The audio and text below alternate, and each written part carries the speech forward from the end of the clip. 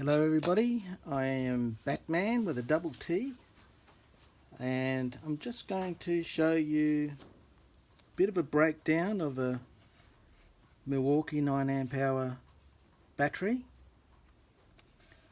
and how to salvage the cells inside. So inside this battery there are 15 Samsung 30Q cells. These cells individually retail for quite a bit, so if you're lucky enough to get a hold of one of these, a mate of mine gave me a couple, you can salvage the good cells out of them. This battery is faulty. The flashing LED indicates it's faulty, but that doesn't mean the cells are bad. It just means that there's something wrong. Could be the BMS board, battery management system board. It could be the cells, but I'll show you how to test those in a minute. Just a couple of safety things first. When you're trying to work with lithium ion batteries, get yourself some safety glasses. Generally they're quite safe. About the worst you can do is puncture them, which takes a bit, or you can short them. The danger end of the battery is this end, and what you don't want to do is cut through the insulation on the edge and short that edge with the positive. That is effectively shorting the battery. The other thing you want to do is take off any wedding rings or rings, in case you short out the batteries as well. I'm sure my wife will forgive me for taking off the wedding ring on this occasion. The other thing you'll need is a T10 security screwdriver, and that's required to take out these 4 screws here. You also need a T9, doesn't have to be security. There's 4 little screws here. Now, just a bit of a electronics lesson. Most of you probably know this, but this battery is a 9 amp hour battery and it's configured in a 5S3P configuration. That's what I call it. I think it's correct.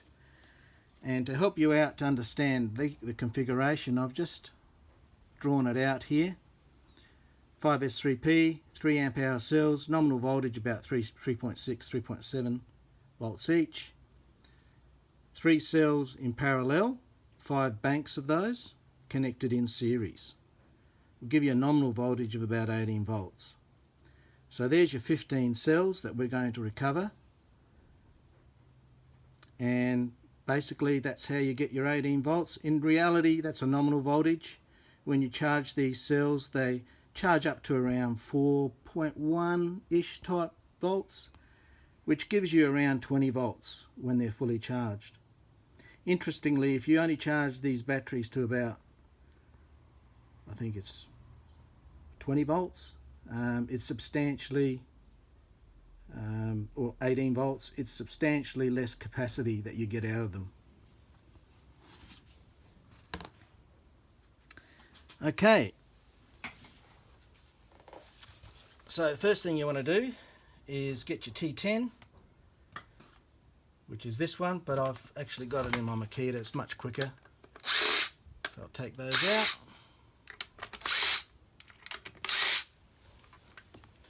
And you'll notice there's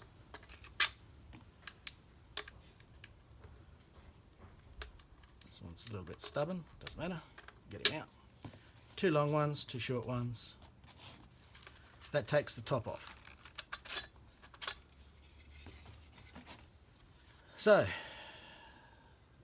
the top board is the battery management system. Basically stops you from overcharging the cells, and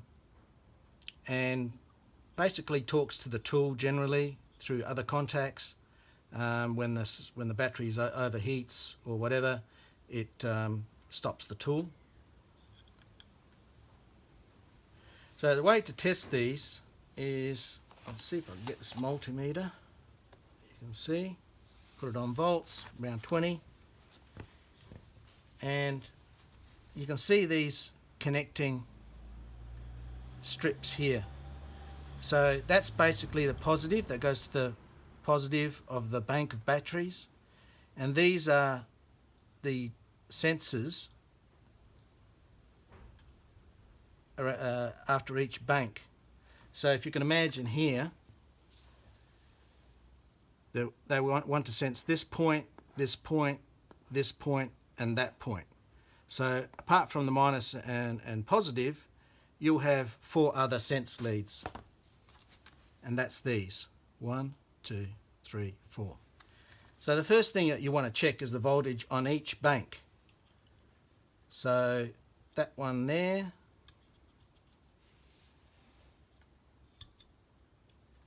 just set this correctly. You got volts, 20 volts.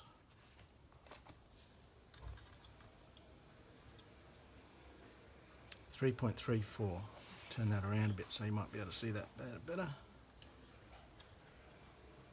3.34, 3.28. So I already know there's a problem, because each of these banks should be the same voltage almost precisely within about 0.1 of a volt. So there's 3.28, 3.34. It's actually quite close. That one's not too bad. This one here, 3.8, so that's way out. 3.2, 3,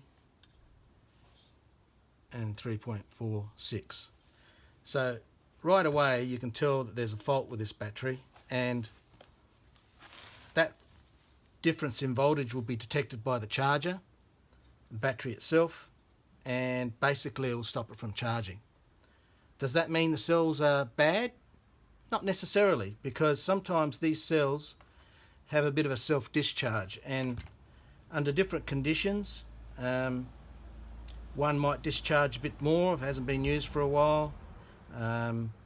Maybe one goes a little bit faulty and start to discharge a bit more, and what that does is it drags each segment down, or one segment down, and puts the battery out of balance. So next step, take out the 4 bottom screws, the T9, they're only tiny, they hold the battery down into the case. By the way, just an aside, be wary on eBay, because there's a lot of copies of Milwaukee cells, battery packs, and quite often they are very poor construction, and the cells are not these, I guarantee, because they will be quite cheaper cells. One way to be sure is that the Milwaukee batteries have the Milwaukee writing on that sticker on the end. A lot of the fakes that they sell, they'll say for Milwaukee tools, which means almost immediately they're not genuine batteries. So look for that, and also underneath, quite often they won't show you underneath the battery because they can't replicate the sticker, but basically it's a red, silver and black metallic sticker. Then you know that that's a genuine Milwaukee. The later ones have writings along the top there that also, you can't see it, but there is some indented writing in there which gives you the total wattage of the battery. So once you've taken the bottom screws out, lift this out. This plastic is recyclable, so put it in your recycle bin. Get some of these out of the way. So here you can see the connecting plates.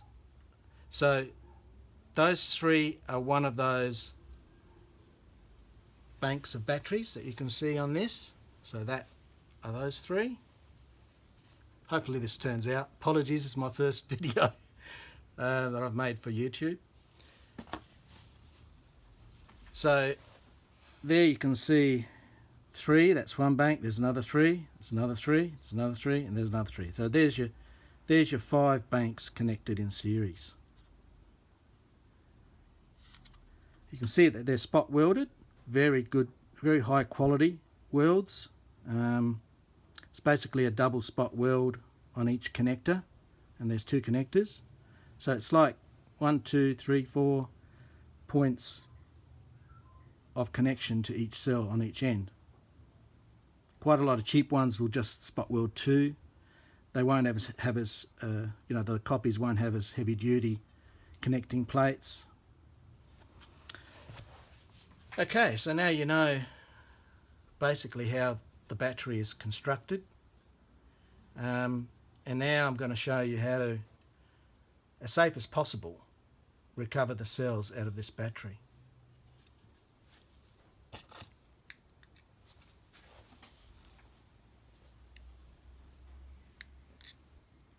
Okay, so we basically have to remove each of these spot welded fingers on each plate one at a time, and then when we take the plate off, cut it off so there's no chance of that plate touching the other plate and therefore shorting out the batteries. There's a few ways to do this. A quick way is to use a rotary grinding tool and basically just grind across, I don't know if you can see that, the finger behind the spot welds, and then that disconnects the fingers. That's a quick way. Do that to all of them, then lift the plate and cut it off. Another way is to use micro pliers, fine tipped, that can get in. These are cheap ones, because if you short them out you'll probably have to throw them away. So these are only about $6 or so on eBay. They come in different brands, they're all pretty much the same. So I'll just show you how I do it. Basically I stick the edge under one of the fingers, lift it up towards the end, then just jiggle it until it comes off.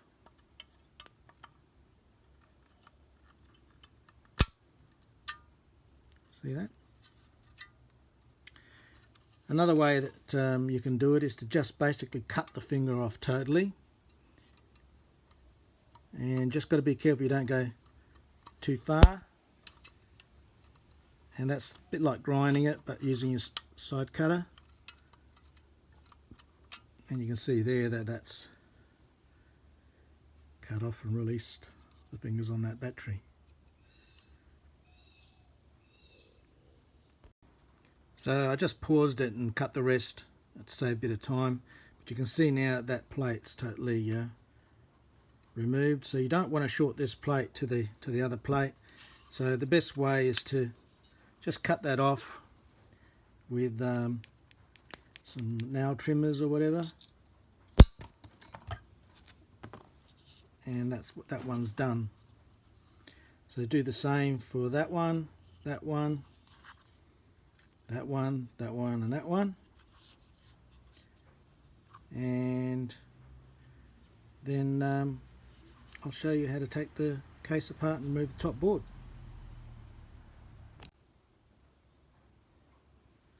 So that's the battery with the plates taken off.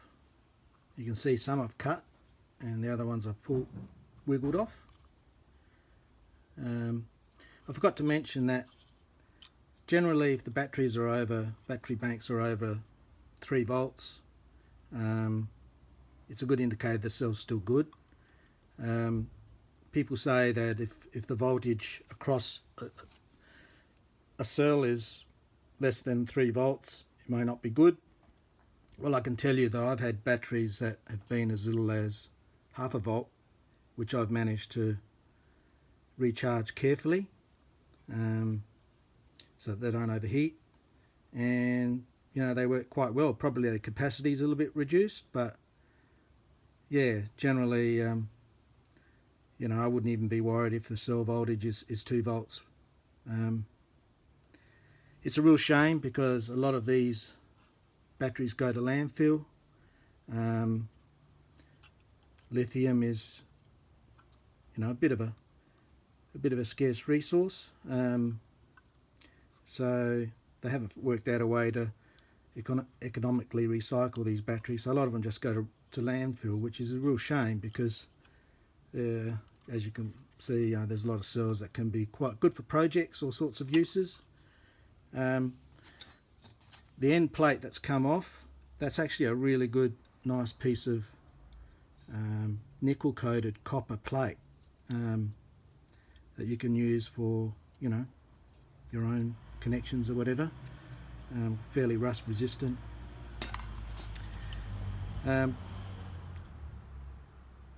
So the next step we want to do is remove this board. By the way, I'll just show you, this case is made up of two pieces. You can see there's this piece here is one part of the case, and then there's the bigger part of the case. To split it apart, there are 5 screws. I don't know if you can see them there. 1, 2, 3, 4, 5. And then the smaller part of the plate pulls away. I'll show you that later. But basically, to remove the board, again, you use your T9 screwdriver. There's a small screw here and a small screw there. So just unscrew that.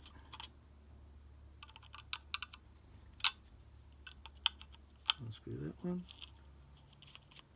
That's a short one. The other one's a long one.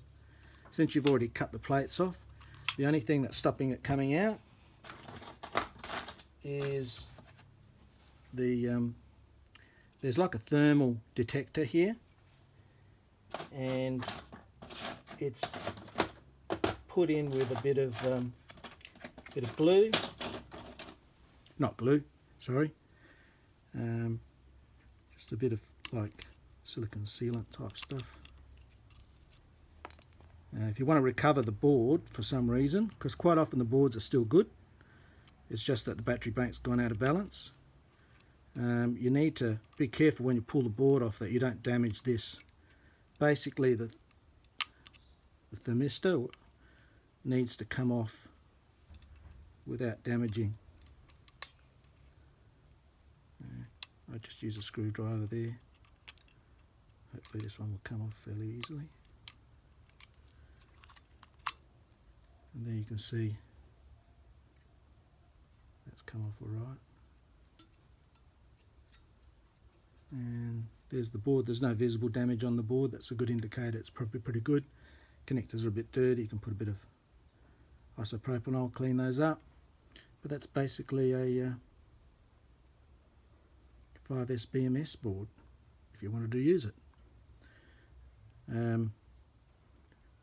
Yeah, like you could, it's designed to work with Milwaukee charger, of course, but if you know a little bit about electronics, you can still charge it up using a power supply. Okay, so now we've got this, we need to take out those screws.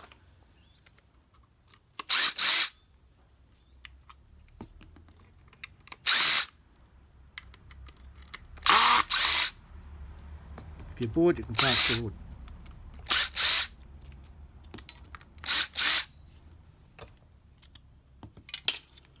Okay, so now you need to take off the smaller part of the battery cage, and I just tend to prise it a little bit in each end. Be careful you don't puncture the cells, that would not be good.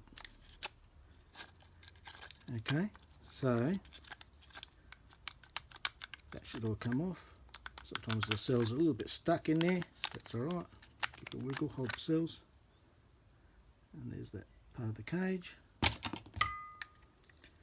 And there's your beautiful cells. All you've got to do now is just lift them out.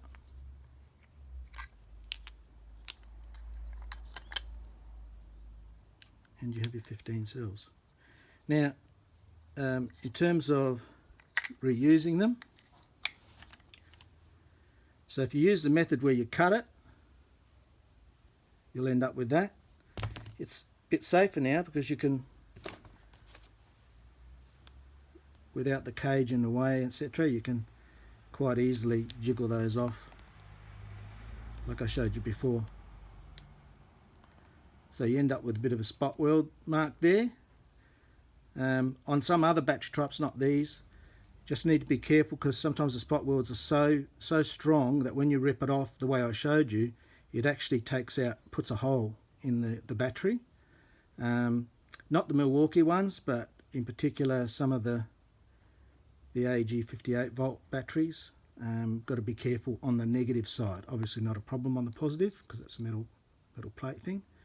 But over here, so you have to take extra care, maybe jiggle this way, don't just rip it off. But like I say, not a problem with this particular battery, the Milwaukee battery. I'll probably do some more videos showing some of the other batteries and how to dismantle those. So I suggest leaving them like this until you're ready to use them. When you're ready to use them, I suggest getting yourself a little grinder, rotary grinder, and just gently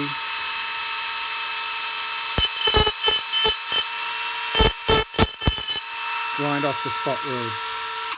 Gives you a nice flat surface if you're re-spot welding them with your own little battery spot welder. And I recommend having a bit of a search on YouTube for a guy that shows you how to make a little battery spot welder using a car battery and the solenoid starter motor. That's the solenoid that's used on the starter motor. It actually works really well, but you need a flat surface. And I recommend don't do this until you're not far off using the battery, because where you grind, that tends to get a bit of will get rusty if you don't hurry up and spot weld through it. Or some people solder with a very hot soldering iron and a special flux, and you can, like, within 2 seconds just quickly add a dab of solder on there. I found that to work quite well as well if you don't have a spot welder in reusing these.